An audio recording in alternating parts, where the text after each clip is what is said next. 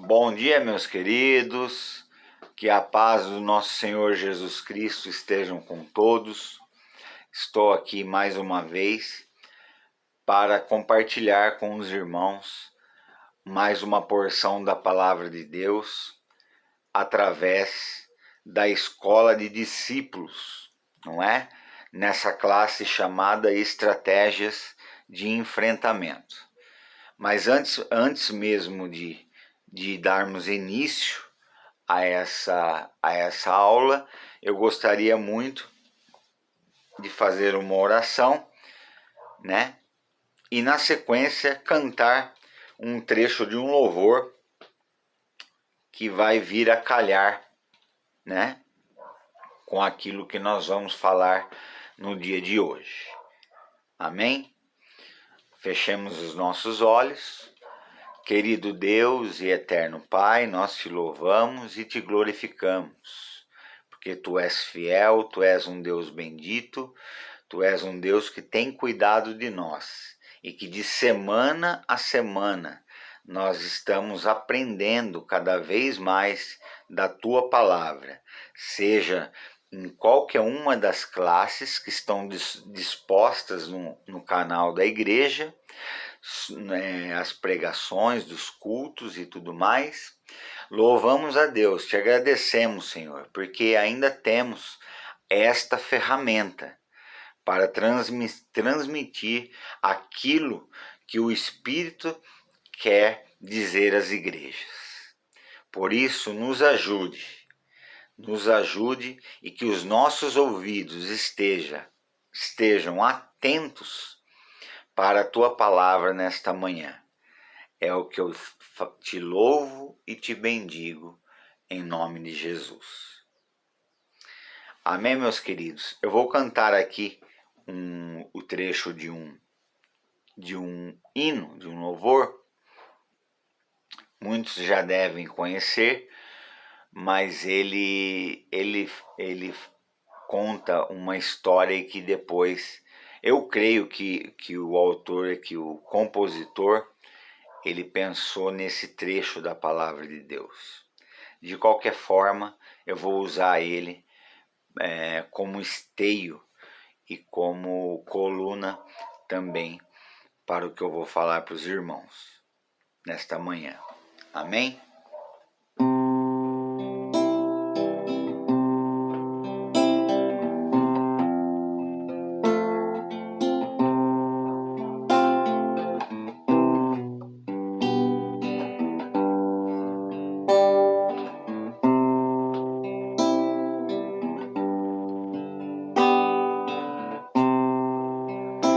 Quanto tempo eu esperei, chegou a minha vez. Sei que hoje é o meu dia, Jesus está aqui. Quanto tempo eu esperei, chegou a minha vez. Sei que hoje é o meu dia, Jesus está aqui. Move as águas, Senhor, move as águas.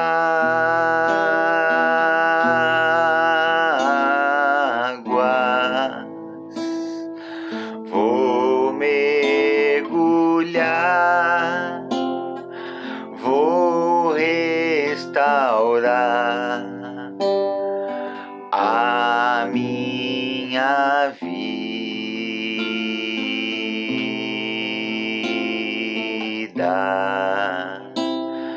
Move as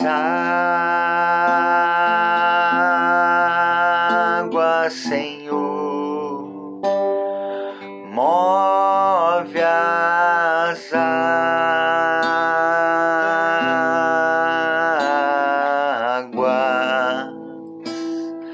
Vou mergulhar,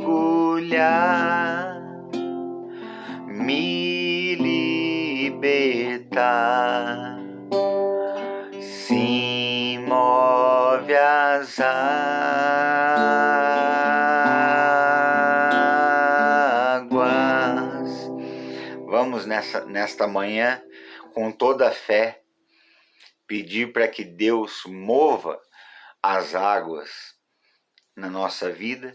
Amém? Move as águas, Senhor. Move as águas.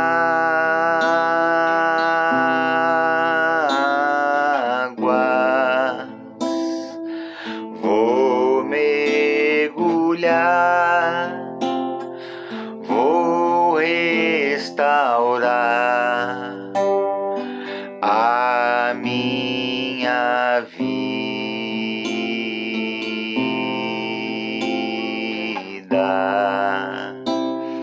Move as águas,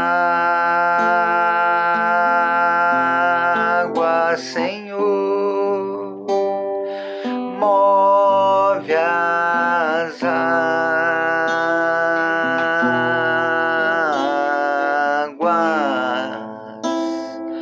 Vou mergulhar, me libertar.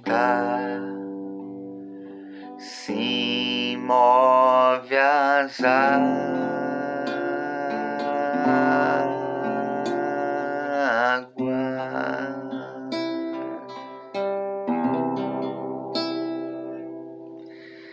Graças a Deus, queridos irmãos. Esse deve ser, deixa eu puxar um pouquinho aqui, para ficarmos mais próximos, né? Essa palavra ela precisa acompanhar, não é? A nossa vida em um todo,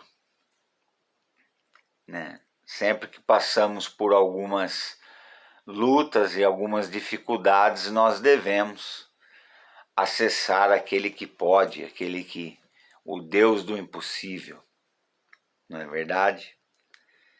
Mas eu creio que o compositor desta melodia, ele tenha se inspirado em um trecho da palavra de Deus aqui, que eu vou estar compartilhando hoje com os irmãos, e espero que os irmãos aprendam, né, um pouco mais, né, das estratégias que nós estamos aqui aprendendo. Mergulhar nas águas da cura, mergulhar nas águas de Jesus, com toda certeza, mergulhar nas águas do Espírito é uma estratégia de enfrentamento para muita gente. Eu não tenho dúvida disso. Portanto, eu gostaria de compartilhar com os irmãos esse trecho da palavra de Deus, sabendo que essa classe se chama Estratégias de Enfrentamento, não é? E por conta disso, nós estamos aqui semana a semana colocando algo de novo, algo que vai nos ajudar no nosso cotidiano, no nosso dia a dia, né, a vencer o maligno e a vencer este mundo que vem bombardeando, né, as nossas vidas com frases de derrota, até mesmo as frases motivacionais acabam sendo mensagens de derrota, porque não tem verdade naquilo. Até um palhaço num circo, qual que é a função do palhaço num circo? É fazer você dar risada. E existem uns palhaços por aí, com todo respeito, né? Fazendo do texto da palavra de Deus um contexto, e que fora do contexto, para que se vire um pretexto. Cito aqui novamente nosso querido pastor Felício de Mário. Portanto, eu gostaria de ler agora o trecho da palavra de Deus, ao qual nós vamos meditar nesta manhã. Amém? O texto está em João, no capítulo 5, aonde o subtítulo é A Cura de um Paralítico. Passadas estas coisas, havia uma festa dos judeus. Geralmente acontecia 2, 3 vezes ao ano essas festas, né? Festa do tabernáculo, a festa, né, da Páscoa e tudo mais. Rogou-lhe o oficial, né? Ou melhor, se porventura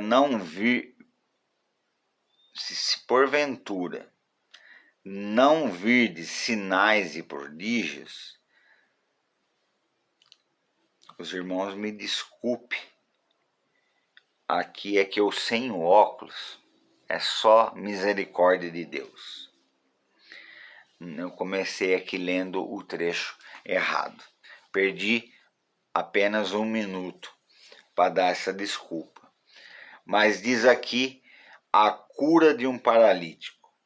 Passado essas coisas, havia uma festa dos judeus e Jesus subiu para Jerusalém, né, a fim de participar desta festa no templo, que acontecia 2 ou 3 vezes no ano, né? Nisso podemos incluir ali a Páscoa, a festa do tabernáculo também, não é?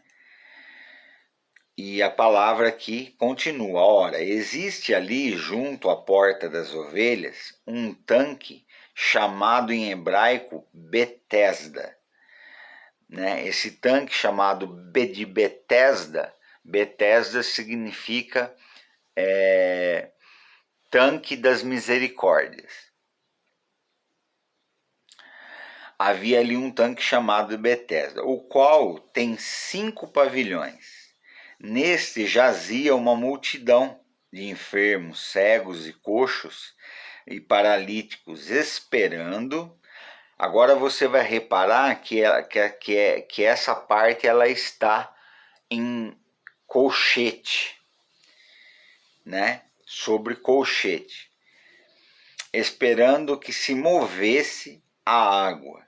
Portanto, um anjo descia em certo tempo, agitando-a, e o primeiro que entrava no tanque, uma vez agitada a água, sarava de qualquer doença que tivesse. Fecha o colchete.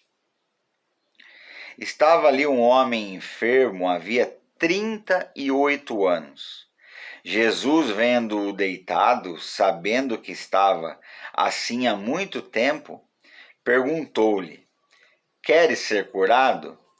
Respondeu-lhe o enfermo: Senhor, não tenho ninguém que me ponha no tanque quando a água é agitada, pois enquanto eu vou, desce outro antes de mim.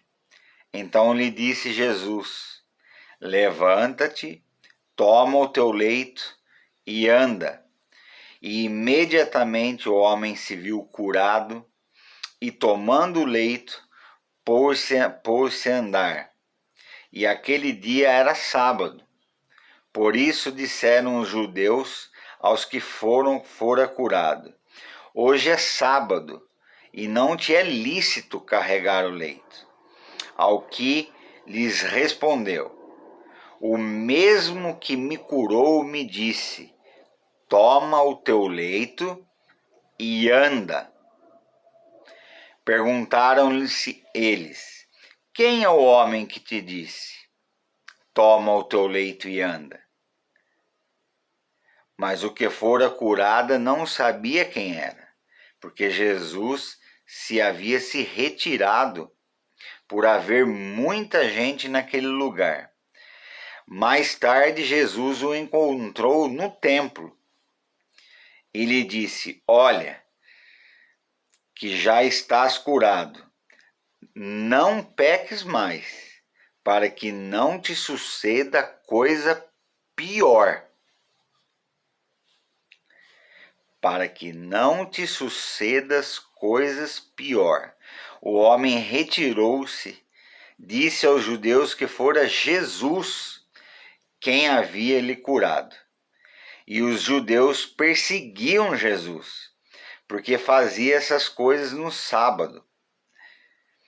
Mas eles lhes disse: meu pai também trabalha até agora, e eu trabalho também.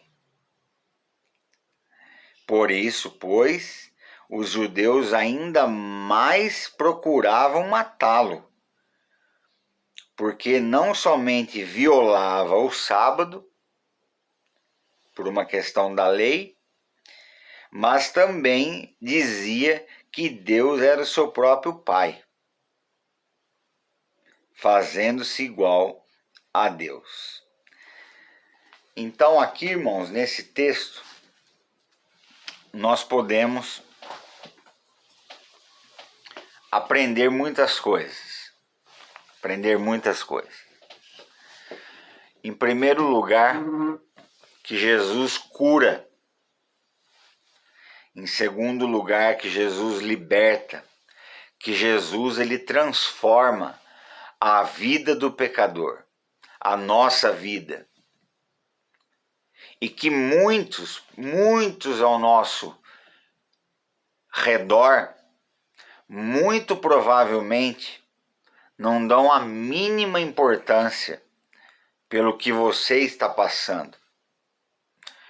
Porque se há 38 anos aquele homem estava naquela condição, quantas centenas ou milhares de pessoas passaram por ali e não tiveram misericórdia daquele homem em ajudá-lo a colocar ele dentro do tanque das águas. Essa palavra, essa parte, ela fica em colchete.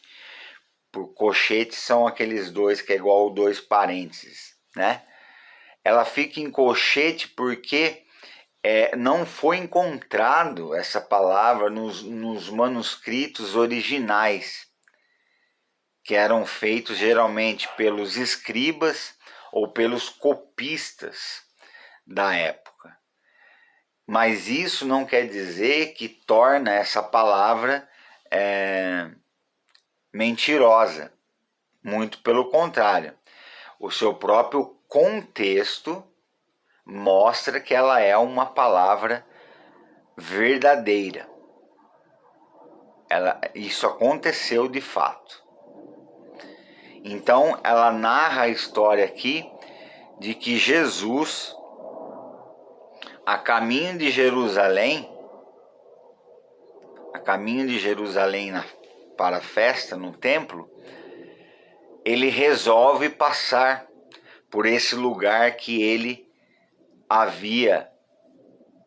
tinha ouvido falar, que se chamava Lago de Betesda, ou seja, Lago de Misericórdia, porque a água sendo agitada pelo anjo, ali as pessoas mergulhavam e saíam curadas. Portanto, eu gostaria de deixar muito claro aqui que Jesus estava a caminho de Jerusalém, né? E ao chegar lá, o primeiro lugar que ele resolveu passar foi nesse tanque de Betesda, aonde ali ele pôde conhecer esse paralítico. Muito diferente de algumas outras passagens, que, aliás, o próprio Jesus disse: vinde a mim vós todos os que estáis cansados e sobrecarregados, e eu vos aliviarei. Mas, desta vez, Jesus decide ir até esse homem. E ele pergunta para esse homem se ele quer, de fato, ser curado. Quer ser curado? Sim, obviamente. Há 38 anos que ele está tentando fazer isso. Então levanta, toma o teu leito e anda. Jesus curou aquele homem ali, instantaneamente, naquele lugar. E a caminho do templo, quando Jesus chega ao templo, quem está lá agradecendo? O mesmo coxo que há 38 anos estava comprometido ali, naquela situação de paralítico, e ninguém o ajudava. Foram diversas passagens da Bíblia que nós vimos que as pessoas que seguiam Jesus muitas das vezes tentavam impedir.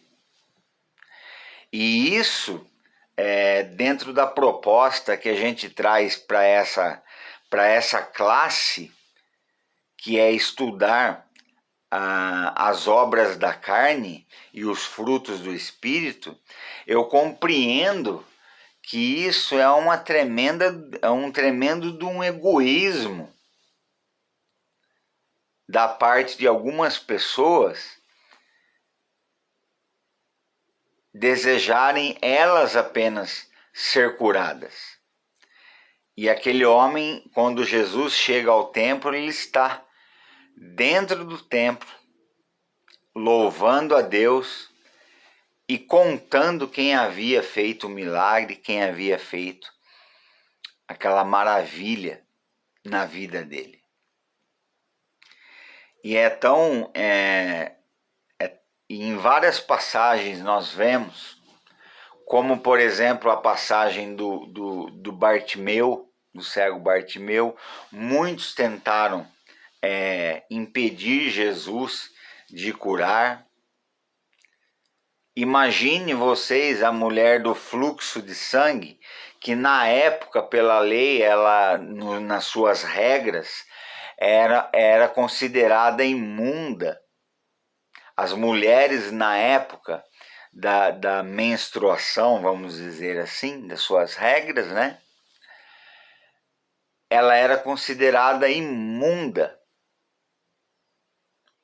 E essa mulher seguiu Jesus, deu um jeito ali, passou por... Eu imagino que ela foi empurrando todo mundo e tocou nas vestes de Jesus. E ali ela também, depois de 12 anos, com hemorragia dia e noite, foi curada pelo nosso Senhor Jesus Cristo. Trazemos para alguns textos bíblicos de que Deus dá um direcionamento para todos nós. Se muito antes de Jesus, nós podemos lembrar também do herói de guerra Naamã, que recebeu uma palavra profética de que ele deveria mergulhar 7 vezes nas águas. E ele, pelo orgulho, naquele primeiro momento, ele não mergulhou nas águas. E o orgulho é uma arma carnal que tem destruído as pessoas. A altivez, o orgulho, e não a humildade de chegar diante de Deus e confessar os seus pecados e confessar as suas diferenças e confessar muitas das vezes o que fez de errado. E muitas pessoas têm tentado impedir a tua vida de que você chegue até Jesus. Muitas das vezes é até um familiar teu. Ah, larga a mão desse negócio aí, que Jesus o quê? Mas a palavra de Deus diz que Jesus, ele é o caminho, ele é a verdade e ele é a vida. E ninguém vai ao Pai a não ser por ele. E essa história ela nos mostra isso. Aqueles homens, aquele homem, ele estava há 38 anos ali. E ninguém teve misericórdia da vida dele. Muitos eram curados pelo mover das águas. Mas todos passavam do lado daquele homem e não ajudava ele a descer as águas. Isso me mostra, meus queridos irmãos, um egoísmo muito grande das pessoas. O egoísmo ele tem atrapalhado a vida espiritual de muita gente. Se eu estou bem, cada um com seus problemas. Se eu estou bem, beleza. Você está bem quando? Quando você está dentro do templo, levantando as mãos para cima e glorificando a Deus, com aquela veste mais bonita, de terno, vivendo uma religiosidade. E você nem sequer fala quem foi que muitas das vezes teve misericórdia da tua vida. No teu trabalho, o teu colega de trabalho nem sabe que você serve a Jesus Cristo. Na tua faculdade, os teus colegas nem sabem que você serve Jesus Cristo. Porque as pessoas têm medo, têm vergonha de serem perseguidos por causa disso. Mas o próprio Senhor Jesus disse no Sermão do Monte, no capítulo 5, que bem-aventurados são aqueles que são perseguidos pelo meu nome. E quantas vezes nós fomos perseguidos? Nós somos perseguidos por professar uma fé de um Deus que cura, uma fé de um Deus que tem misericórdia, não uma fé de um Deus que tem olhos, mas não vê, que tem ouvidos, mas não ouve, que pode cair de cima do seu guarda-roupa, da sua cristaleira, ou sei lá eu da onde, e cair no chão e quebrar. Aí você vai lá numa lojinha e compra outro Deus. Não.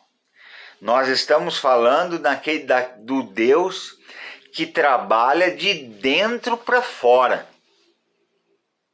E nós estamos vivendo numa época da igreja onde nós estamos procurando um avivamento da igreja.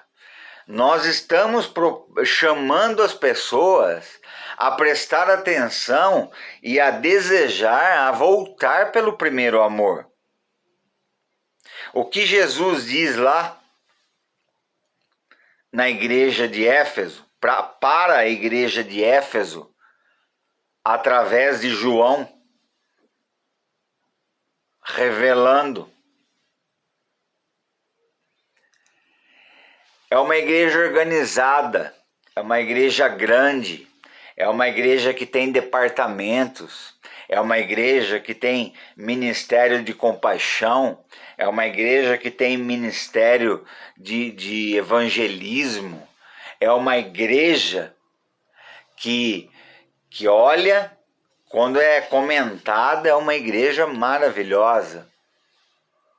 Mas o próprio Jesus fala: tem uma coisa contra ti, que abandonaste o primeiro amor.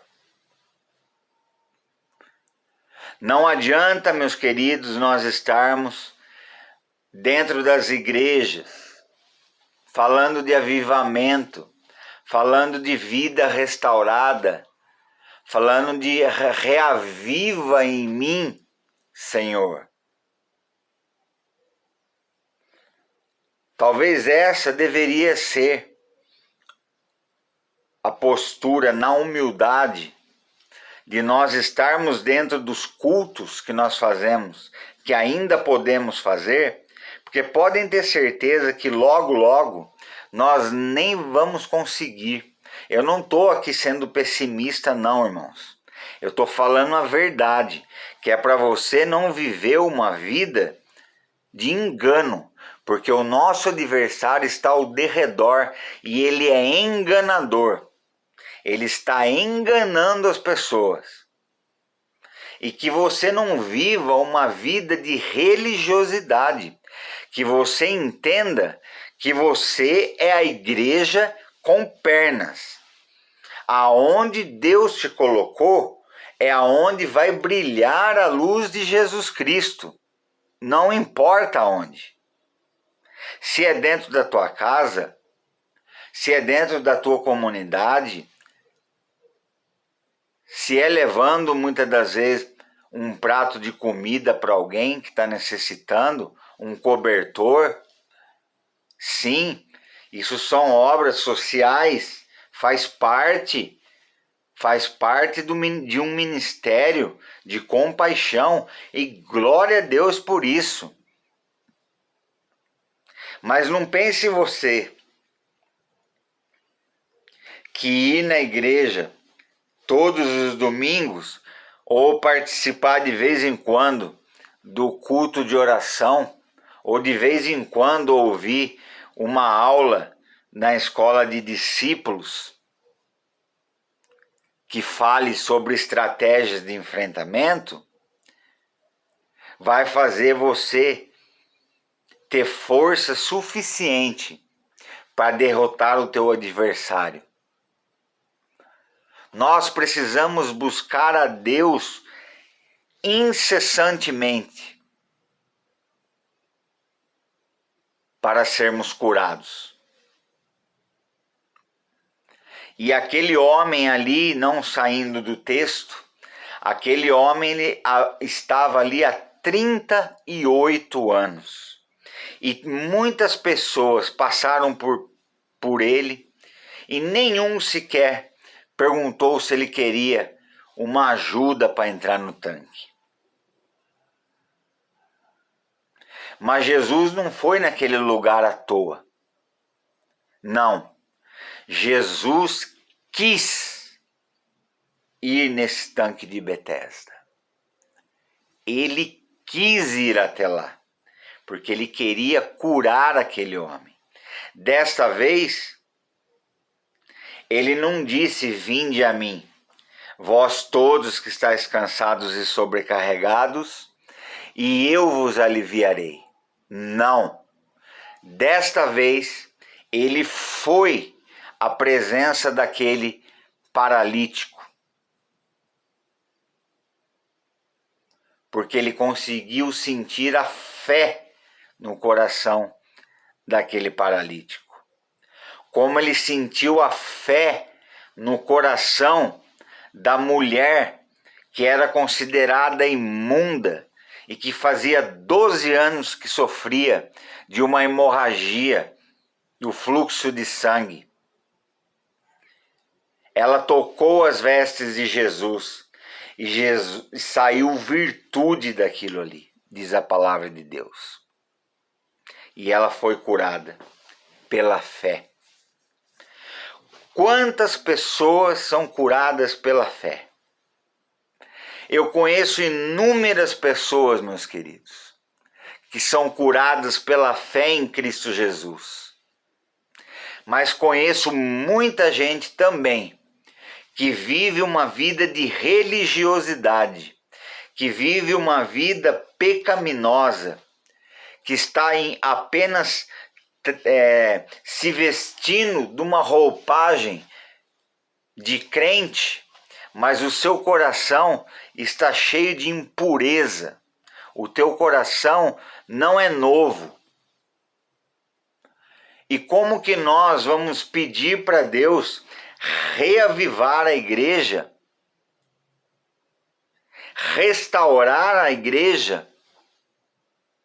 E saiba de uma coisa: algo restaurado,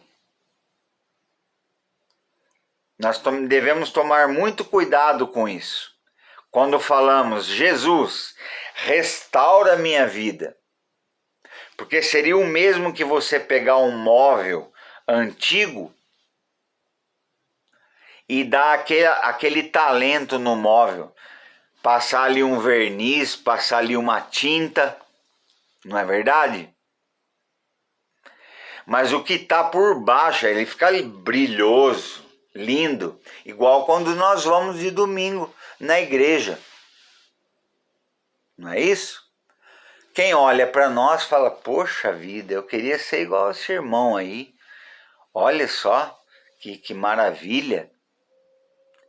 Mas por baixo daquela roupagem, ainda existe o móvel que é antigo.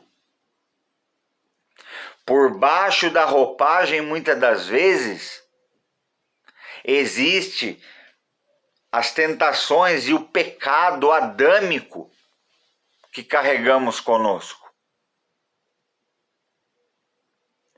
É por isso que Deus ele faz nova todas as coisas.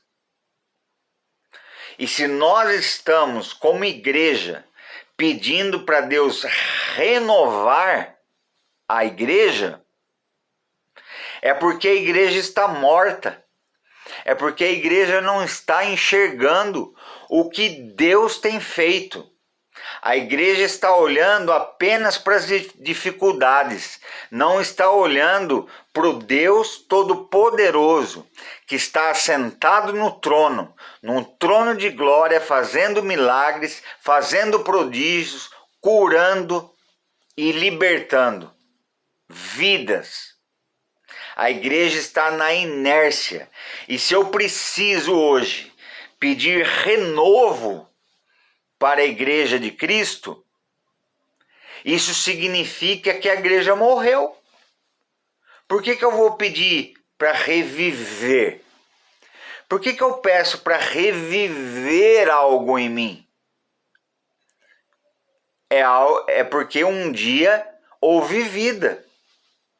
Se eu estou pedindo para Deus, para que Ele faça um reavivamento na igreja, é porque a igreja está morta.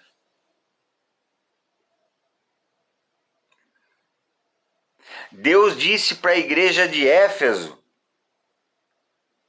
tenho algo, porém, contra ti.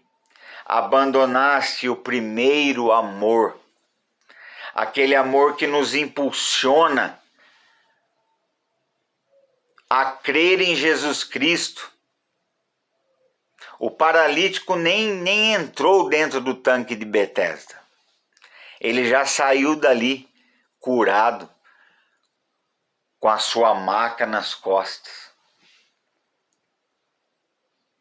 Portanto, eu digo, meus irmãos, por que estamos pedindo para Deus reavivar a igreja?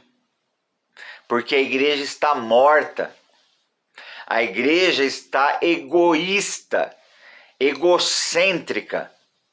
A igreja está, não estou aqui generalizando, mas é claro que eu estou falando da grande maioria das igrejas que tem sido egoísta, tem passado perto de pessoas com necessidade e não tem uma palavra de ânimo e de ajuda para aquela pessoa. Como os discípulos na porta do templo. O que eles falam para aquele mendigo? Eu não tenho ouro nem prata, mas em nome do Senhor Jesus, levanta e anda. E é esse o testemunho que nós temos como igreja nos dias de hoje, de dar a essa sociedade que vem vivendo uma vida individualista sem pensar no próximo. Mas Jesus foi até aquele homem, fez o papel dele, curou e ali ele se retirou. Quantas pessoas, meus irmãos, quantas pessoas têm passado do teu lado e não têm enxergado o teu sofrimento? Quantas pessoas têm visto que você está paralítico espiritualmente e tem cortado volta? Sabe por quê? Porque ela está pensando nela. Ela está pensando somente nela. E isso não está na palavra de Deus, a não ser em Gálatas, capítulo 5, que nós estamos estudando. O egoísmo faz parte disso. Eu ignorar. A palavra de Deus diz que se eu posso fazer o bem e não faço, eu estou pecando, eu estou negando Jesus. E se eu sou curado, esse é o desejo do meu coração, como um dia eu fui curado. E a boca fala do que o coração está cheio. O meu coração está cheio de alegria, porque Jesus Cristo de Nazaré me curou. E Ele pode curar e fazer milagres, continua fazendo milagres. Quantos nessa pandemia morreram? Sim. Mas quantos nessa pandemia Deus restaurou através da cura? Portanto, queridos, não importa o que as pessoas ao seu redor estão pensando de você, porque muitos vão tentar impedir que você chegue até Jesus. E muitos vão passar do teu lado e não vão nem olhar para o lado, porque eles não aprenderam a ter misericórdia, a sentir a necessidade do teu irmão. Quando aquele fariseu pergunta para Jesus qual seria o maior de todos os mandamentos, Jesus disse: amai a Deus sobre todas as coisas e ao teu próximo como a ti mesmo. Então, antes de você pedir para Deus reavivar, trazer um reavivamento, você precisa entender que só revive quem está morto. E misericórdia. Tem muitas pessoas dizendo que tem Cristo no teu coração, que foi curado por Deus, dá testemunhos maravilhosos, mas não tem coragem de ir num hospital, orar por um enfermo, ver uma pessoa necessitada, passa do lado e nem olha na cara. Às vezes a pessoa quer só um abraço. Misericórdia, meus queridos. Que Deus nos ajude a sermos melhores a cada dia e a entender que o Deus de milagres, sim, Ele pode atender o nosso pedido para reavivar a igreja, para restaurar a igreja. Não é? E que você possa refletir nisso nesta manhã, nesta tarde ou nesta noite. Antes de qualquer coisa, antes de Jesus reavivar a igreja, Ele tem que reavivar a minha vida. Pense nisso. Amém? Feche seus olhos e vamos orar a Deus, querido Deus. Eterno e glorioso Pai, muito obrigado, Senhor. Obrigado, obrigado, porque o Senhor tem feito milagres no nosso meio. Mas tem de misericórdia daquelas pessoas que têm vivido religiosidade, que não têm reconhecido de fato os milagres que o Senhor tem feito na vida de cada um. Reaviva, Senhor, no coração dos meus irmãos, para que todos nós possamos viver o primeiro amor. Aquele amor que andávamos quilômetros a pé para frequentar um culto. Nos ajude, abençoe a cada irmão que ouvir essa mensagem. Abençoe a cada família que necessita de um socorro. E mais do que isso, Senhor, usa a nossa vida para sermos canais de bênção na vida de todas as pessoas. Isso eu te peço, no nome daquele que fez, que faz e que continua fazendo milagres, Jesus Cristo de Nazaré. Amém, amém e amém. Que Deus abençoe a tua vida, meu querido.